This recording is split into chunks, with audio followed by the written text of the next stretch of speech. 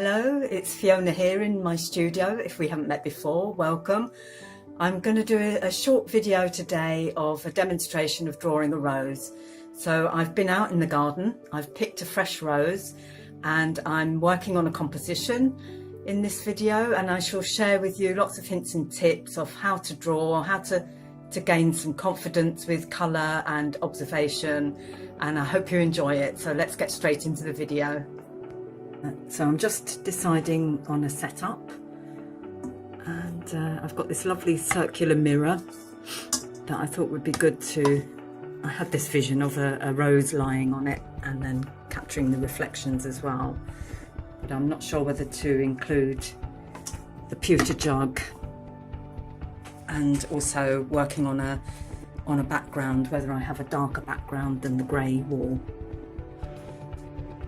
So stay tuned and I'll let you know what I decide. I'm going to probably keep it fairly simple. I like the green leaves against the white, but right now I need to work probably a bit quicker because the rose is starting to wilt a little bit now that it's been cut and is out of water. So I've decided on my composition and I'm going to make a start. So I'm choosing the darker background and just a single rose on the mirror, and I'm going to see if I can use some of my pastel paper and do this in pastel pencils. So I'm just going to choose a background that I think is going to work, and I hope you enjoy it. Some of the other roses in a vase that we got from Greece quite a few years ago. So I'm using the Rowney pastel paper.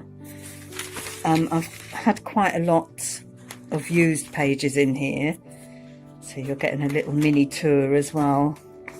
So I just need to find a background colour that is suitable and that's been used. It's pretty full, this sketch pad, so let's see if I can find something that's been not used yet. Used this a lot for portraiture. I think I might have to find another pad. I have got another pastel pad. Anyway, you had a nice little whistle stop tour of that. Alright, so quite a bold choice. I'm going to use some of this brown cards that I've got. So the tone is the same as the background, even though it's not the same colour. And I'm just going to tape it to a board. So what I do is, with this fabric type of tape, masking tape, I just make it a little less sticky so that it doesn't tear the paper when we remove it. And I'm going to stick it around the edge onto my board. So the paper's all stuck to my board and I'm ready to get started. I'm going to start by drawing an outline, and I'm going to look at the colours very carefully. So although we know that this is a white cloth, I'm not going to probably use white. I'm going to look for colours within the white. So I'm seeing purples and greens and a bit of yellow maybe coming here from the reflection of the rose itself. And yeah, so it's just taking care and observing the colours that are actually there rather than doing a plain white. So you've got lots of shadows and creases, and that will make the painting in itself.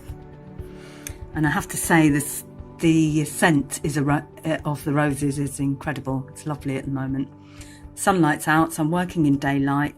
I'm just going to choose a colour pencil to work on the outline that's going to show on the brown paper, and then I'll get started with the colours.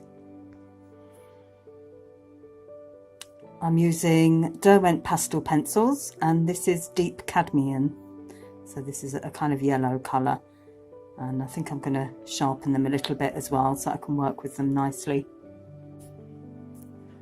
So this is the bit that's going to take a little bit longer. I've taken some photos of the still life, so I know kind of how the composition is going to be, and yeah, so now I'm just going to observe and start the drawing and work out on the paper how it should appear.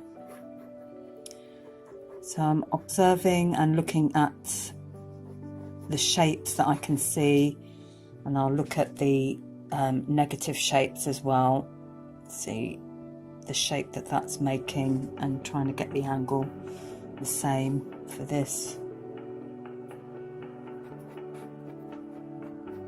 So whatever colour the outline is going to be in these pastels, the great thing is that you can kind of go over the pastel outlines as well.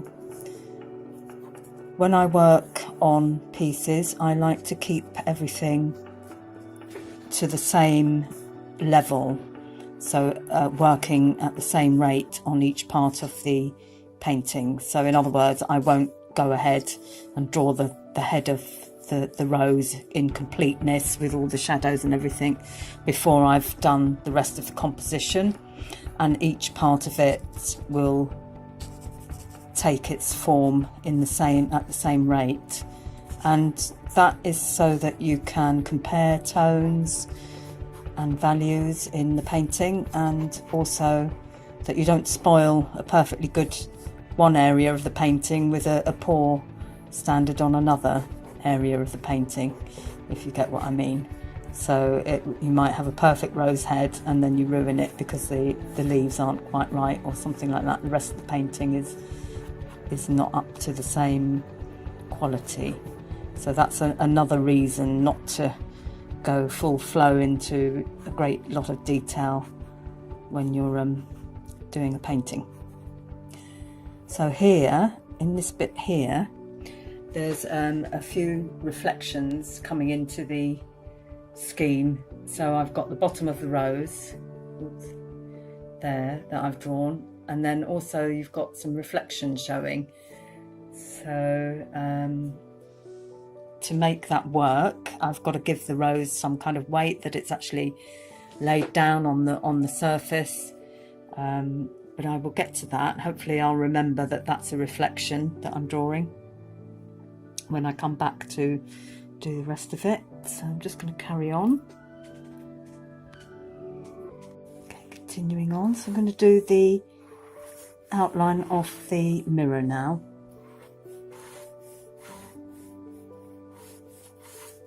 We love ellipses, don't we? If you don't know what an ellipse is, it's a circle at an angle. So, you know, they're the hardest things to draw in perspective, where you get that oval shape. So the bit that's closest to you is usually a bit more horizontal and straighter, and then as it goes further away you get more of the circle shape because you're seeing it from a higher angle. Well, particularly I am here. It's always interesting to try and get that right. Okay, and you're just imagining that the circle goes right round. It's actually a bit more steeper here. I'll just rub that out with my finger. The circle is going to go through the rose, behind the rose, and out through the back there. Right, I'm going to work on the leaves. It could be that my the size of the composition that I'm drawing will change slightly. I'm just going to suggest these leaves here. You can see little creatures crawling around on the rose.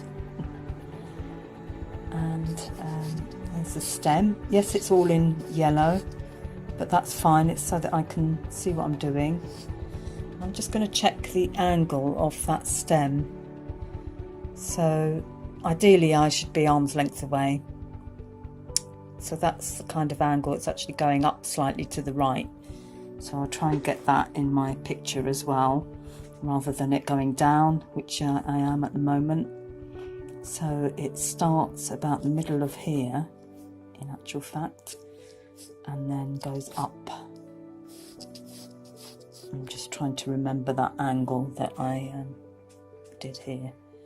So when you see artists holding their arm out straight with a pencil like that and measuring, that's what they're doing. They're measuring and checking angles. So in this instance, I'm just checking an angle.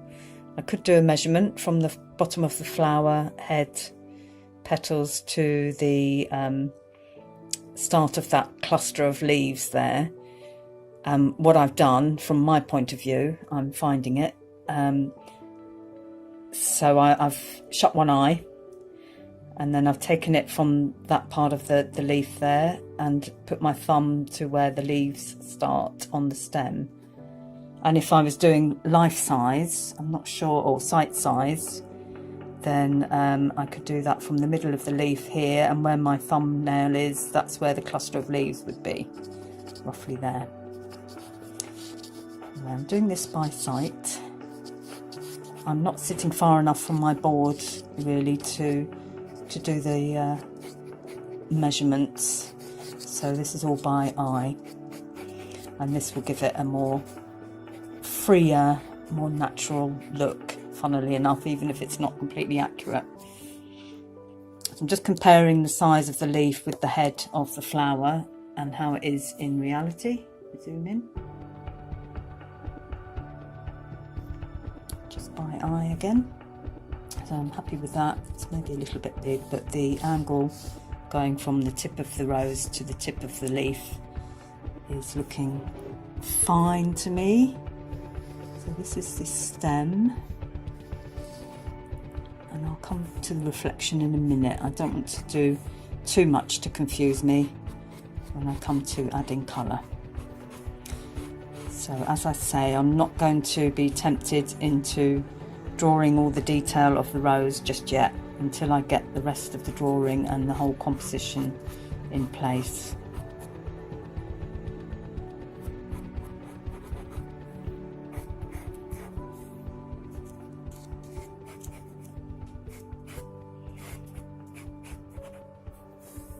And then we have the circular mirror coming out again.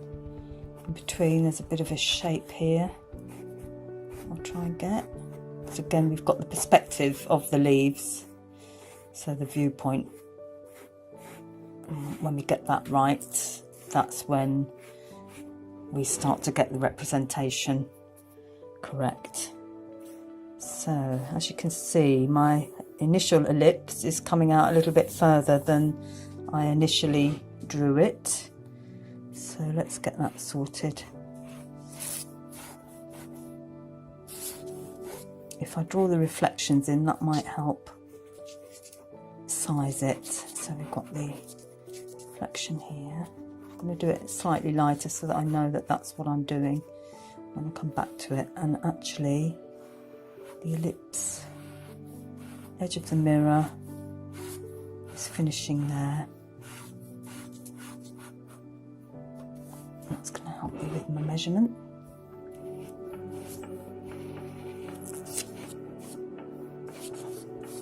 So although I've got a few lines going down on the paper now, I'm not fussed about that, because we can come back to it.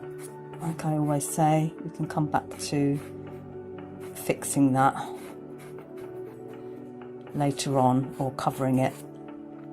I tend not to erase things on the paper because, especially with pastels, it can leave a mark. So I'd rather just cover it with maybe a brown pastel or blend it in.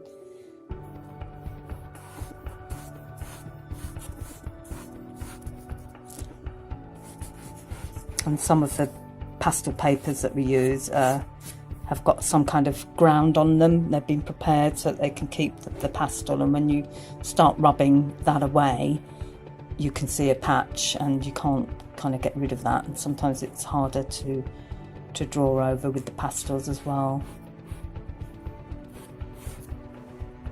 So I'm just going to do some of the reflections, and then I'll be ready to start filling the picture with some colour.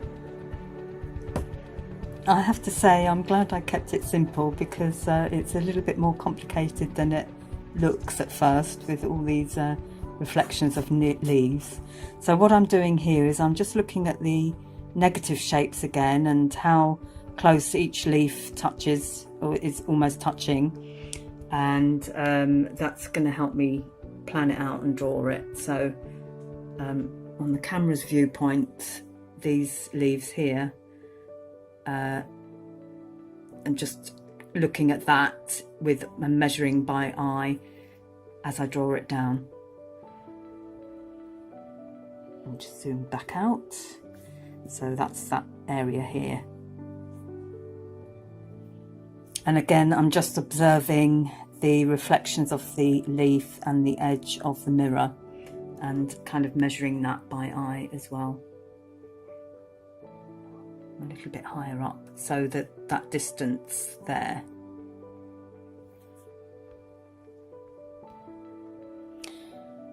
Right, so I am happy with the general composition on that. Obviously I can work on smoothing out some of the angles like this here where it's a little bit dented as I work in the colour, but basically I've got the shape of the rose, the outline of the composition in place. So now's the fun bit, using colour and tone and value and getting the 3 dimensions down on this 2-dimensional piece of paper. So just thinking about where to start, I think I will start with the background and just getting some subtle tones in there, because it's not straightforward, just a green background. There is light coming from the left hand side, and that's what I'm going to try and capture. Just made a slight readjustment to my work area, so I've brought a stool next to me so I can put my pencils on there. They might roll off from time to time, and then I'm going to sharpen some of them and carry on. To match some of the colours of the painting, I shall probably blend colours together. Now when I say blend, I'm not going to go in with my oily finger, not that there's much oil on them at the moment, but I'm more likely to use complementary colours for shadows. So those are colours that are opposite each other on the colour wheel, and you know, use some surprising colours in there as well. So complementary colour of yellow is purple or mauve. So if I use mauves or blues, then that's going to create a form of shadow. There's quite a lot of greeny colours in the petals of the flower, and there's a little bit of pink as well in the centre there. You can see some pink tones, so that's going to be fun to do, and that is what's going to make the painting pop. So I'm going to loosely colour in with the deep cadmium because I think that's quite a good colour match as it stands. So I'm just going to go in, starting probably with the lighter colours, just to give it a little bit of form to begin with. This bit here is quite light, so I think I'm going to grab a lighter colour. And I've got this zinc yellow, which is a kind of yellowy green. I think that might go quite well for that very pale petal there. So what I normally do is either have them in my mouth or in my hand at the same time. So I might have several pencils on the go in one go. And this is part of my wanting to do everything in the same at the same time. So I'll just keep going back and forth with these, and the pastel will blend itself once you start to work over it. I'm just going to get some highlights in, and I can go over it with the zinc yellow.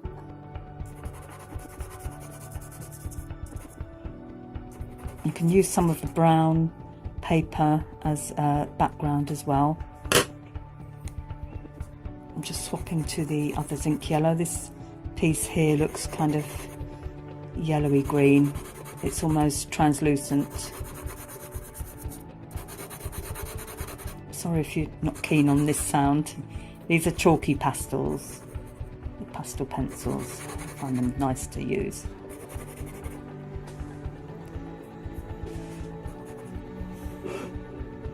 So this petal is laying on top of the mirror.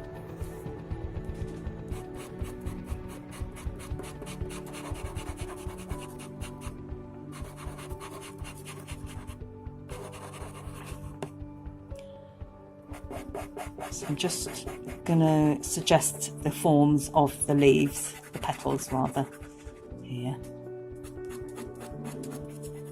Leaving some of the brown paper to create some of the darker tones, but I will go over them probably with another pastel.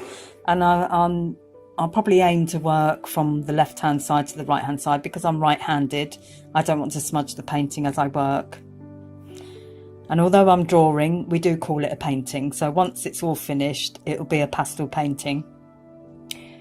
The beauty about drawing a natural subject as well is that most people don't get to see the original. So this is where a little bit of artistic license comes in. So as long as you're getting the gist of the shape of the flower and, you know, using it as reference, because obviously you're going to learn from nature and drawing from nature and drawing from life. So let's not sweat the small stuff, as they say. And I'll just suggest some of the petals so that you can see that it's a beautiful rose with the highlights, but I'm not going to slavishly do every petal that I can see, because, you know, I do get confused with what I'm looking at. You will get confused with what you're looking at, but as I say, the beauty of it is that no one else is looking at it. They'll only look at your painting at the end of the day. So I can see some orangey tones, so I'm going to pick up an orange or a red in the centre of the rose and start on that. So I'm moving on to Geranium Lake, so it's good that it's got a floral name, and I think that's a better red or orange to use in this particular rose. So I'm going to use that in some of the more shaded areas. Not much, because there isn't much showing in there. And then once that gets covered with a little bit of the deep cadmium, we kind of get the right colour there, I think. So I'm looking at this area here.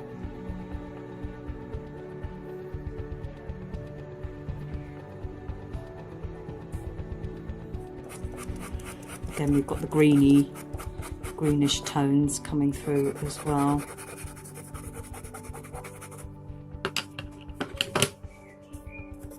I'm going to kind of block this in as much as I can, and then I'll start blocking in the leaves, because, as I say, I want to keep it all at the same rate and not get too bogged down with the detail. At this stage, I can see lots of. I love this bit where it's curling. The petal is curling. So I want to get that definitely, because that gives you the kind of nature of a rose, something that we're all familiar with kind of seeing.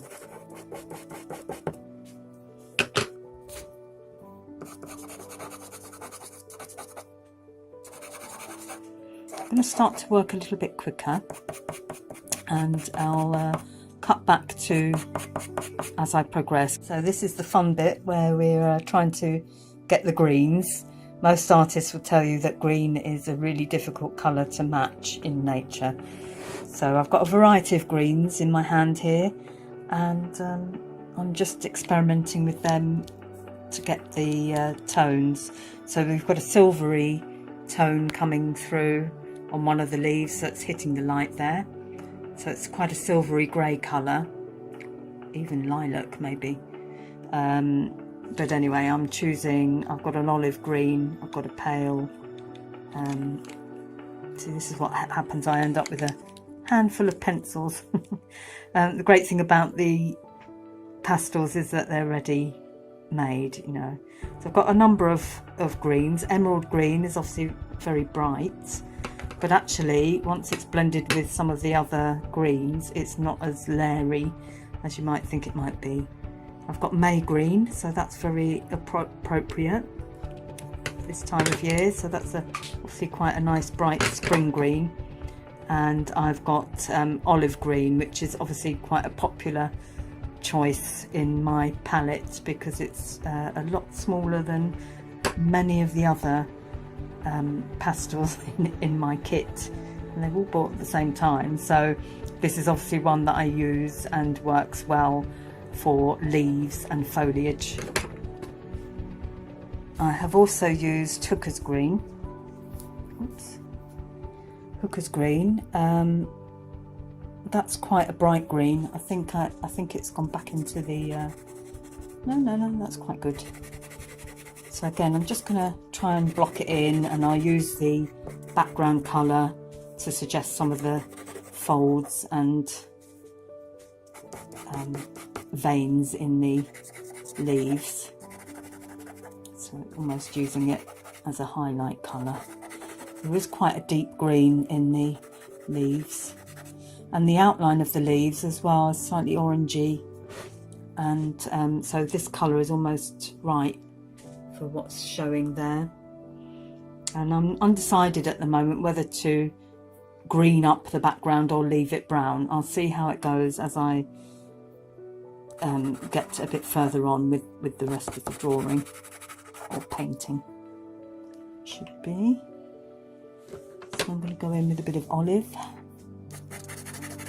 The olive green is quite a pale green, so it's good for the highlights. So I think I'm going to use that to just get the glossiness of the leaves here.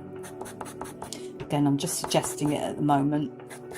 I don't want to get too bogged down because I want everything to be at the same rate. Sorry, I know I keep saying that.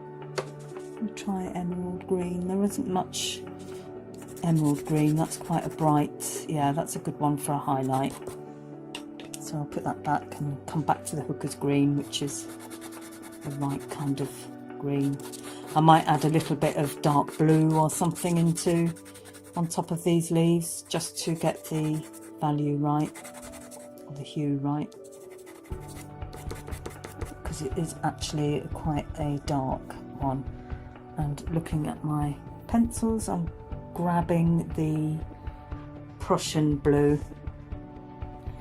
to go on top of the green here. So where I use this emerald green, it's far too bright. Prussian blue is going on, and that brings it back, knocks it back a little bit. Although on camera it looks a bit brighter. So let's see what I can do. Oops, Hooker's green again. I might go over with a brown or something like that. Okay, so we've got the reflection of the background here showing as a bluey green. And I do want to get, one thing I do want to get is the sharpness in contrast of the head of the flower, the rose, with the background, which is a lot darker. So I do want to get that contrast in there.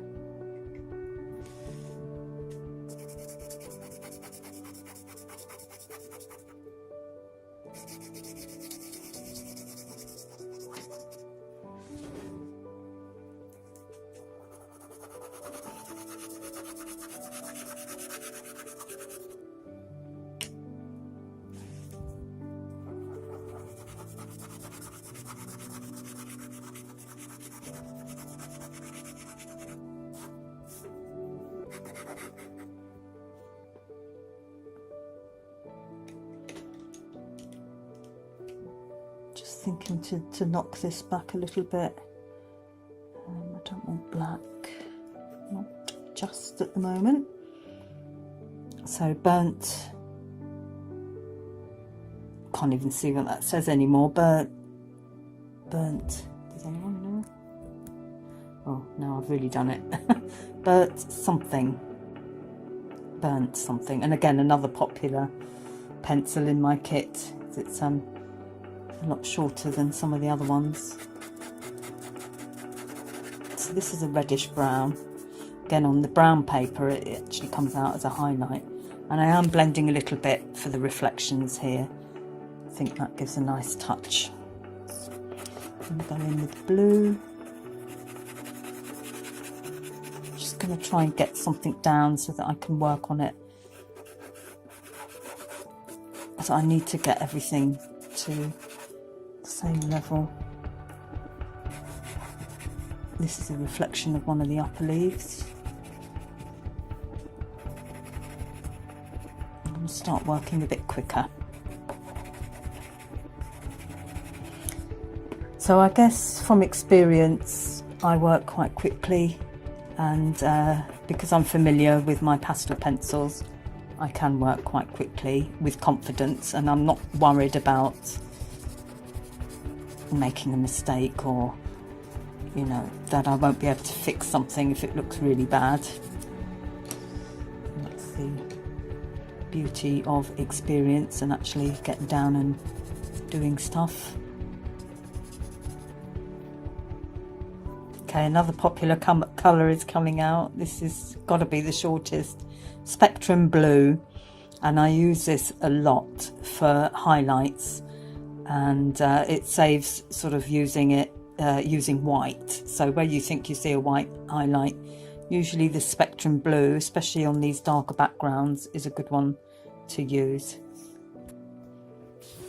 And you may have seen me use this sharpening technique before.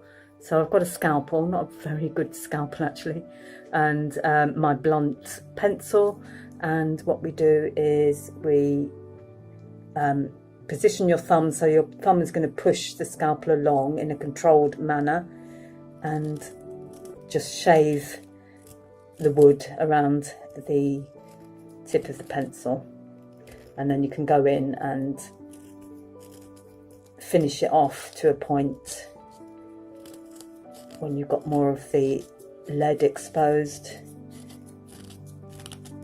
So a bit like peeling spuds, or not. And then I'm just going to go in, and if I want to get a neater point on the edge, you can do the same again, or just scrape it off like this so that you get the dust.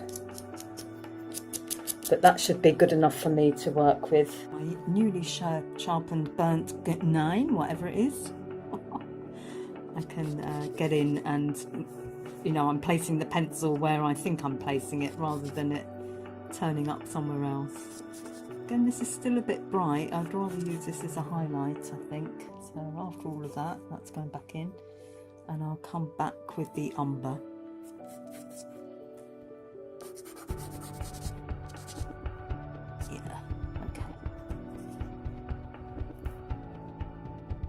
Carry on, and I'll come back to you in a sec.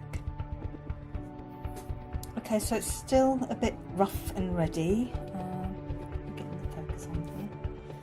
Still a little bit rough and ready, and a bit of a mix of what we're looking at, not quite sure. So I'm just going to come in and define the background and mirror, and I'm sort of ready to progress with a bit more detail and getting those light reflections and the tones a bit better. I'm liking what's happening here, looking through the camera, looking good and glossy, a bit brighter than real life, so I'll probably tone that down. And we're aiming for a kind of realistic view, so although this looks nice and painterly, it's not necessarily what I'm aiming for today. So I'm going to go in and start doing the cloth. This is actually a handkerchief, never been used, they're brand new. So I use these for still life. So I am going to go in with the white, just because I'm working on a very dark background. So this is just to give me, you know, what am I trying to say? The foundation. So I'm trying to get the ground, the weight of everything, so you can see that it's actually on a level ground of something. So Actually, I've ditched the white and I've got a dark violet, which is another popular one that I use for highlights, and the dark violet will give the tones that I was on about at the beginning of the video, where I could see different colours in the white cloth. And I am going to get the textures and the creases and everything of the cloth. Do a little bit of blending just to tone it down so that it doesn't distract me while I'm drawing. I'm just going to stand back and have a quick look at how it's all panning out in terms of the ellipse of the mirror. Make sure it's not tipping forwards or anything, because I am working on a slight angle, although that's an angle that should work well for me.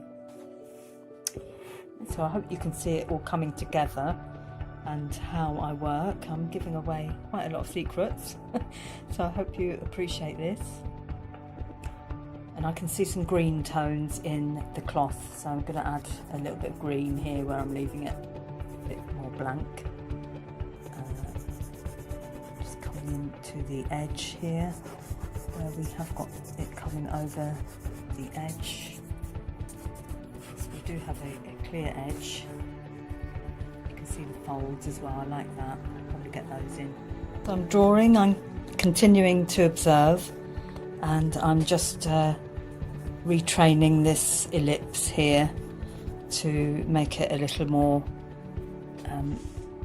it's a bit more vertical than I had it on the page. From my point of view, the camera angle is showing something a little bit different. So I'm still using this lilac, dark violet colour.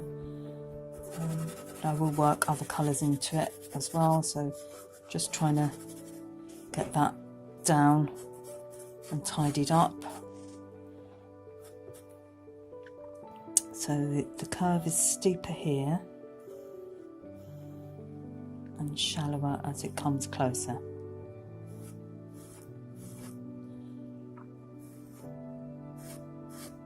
We're getting there.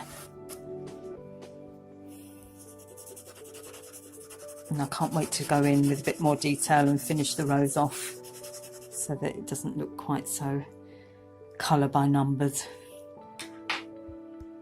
I'm also going to work on the background because there are some subtle shadows going on behind the rows that gives it a bit of depth. So on the green background here we can see some shadows from the daylight. So I'm going to do that so that that will help it to pop a little bit more. Ready to work the painting up into a lot more detail. So I'm going to work on the cloth and then I'll come back to the rows again. So I'm going to put in some little of the creases, little marks of the creases, and work on those, on the tones and the folds of the fabric, because that really helps the understanding of the composition as well. As you can see, I'm working with a lot of colours in the white cloth, but towards the end it will make sense as I bring it into a more even spread tone. But these are the colours that I'm seeing, obviously not as pronounced as this, and you've still got a lot of brown background coming through, but this is how I work, and as I build it up it will all become apparent and smooth up, and it all helps to build the bigger picture. So I'm going to carry on and work into the rows in a bit more to give that a bit more of a solid state. What I'm now working on, I've got the strimmer outside but I'll voice over this, is the subtleties. So I'm really building up the head of the rose with layers of pastel in the different colours that I'm seeing, in order to give it that body and depth. So as you can see, I'm working on the background now, and I am blending that with my finger. So the background in some areas is darker than the rose itself, but it's actually lighter in tone and value than the leaves of the rose. So I'm trying to get that balance right, and then it will be similar in the reflections as well. And once that's all in, I think it will all come together. So I'm still working with a handful of colours, and in my other hand I've got the black. The black has actually come out because that's the ivory black is the best one that I think I should be getting. Ivory black, that's unusual, isn't it? Paler reflections in the mirror. It's a kind of grey green in my eyes. I've done the violet in the background, so like there, and then I'm going over with the olive green, and I might add a bit of blue as well at some stage, and I think I'll blend this with my finger. Should really get a blending tool to get into the nooks and crannies, but I think the pastel pencil itself will do the job. And what I'm really going to do is work to smooth out the grain here so that we're not seeing the paper behind it, and you're just getting a smoothness that will indicate smoothness of the glass mirror. And again, I'm looking at the negative shapes, so the shapes in between each leaf and branch, in order to get this looking realistic, because that's how it's going to work. I've got this lovely violet here highlighting the leaves, and it just kind of blends off into darkness again. So this is darker obviously than the cloth, but it's lighter than the leaves. So I've worked up to the rose as much as I think I want to do right now. Unfortunately, it is withered quite badly, so I've just stuck it in some water for now, and I shall work on the cloth and perhaps some of the reflections. The light is fading as well slightly, so I mean it's pretty much there. I could continue to work on it and continue to make it more realistic. I definitely need to do the cloth. It's looking a bit papery and not as cloth-like as I would like it to be, so I shall continue working on that. But other than that, I think it's pretty much there. So I hope you enjoyed this little session, and do let me know what you think of it all, and perhaps I'll have this for sale. My studio is smelling delightful with roses. So thank you very much for watching. I'm just going to finish the cloth now, and then I'm going to leave it at that, because the poor old rose has wilted. So I've just put it in a bit of water. Hopefully it will revive a little bit, and then I may do a little bit more perhaps on the foliage.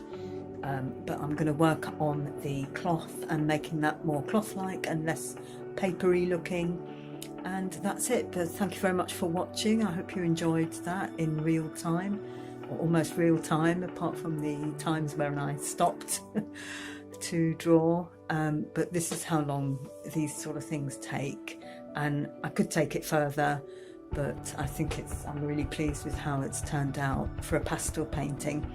So thank you for watching. I hope you learned something new, and I hope I didn't give away too many of my own secrets. And good luck if you have a go yourself.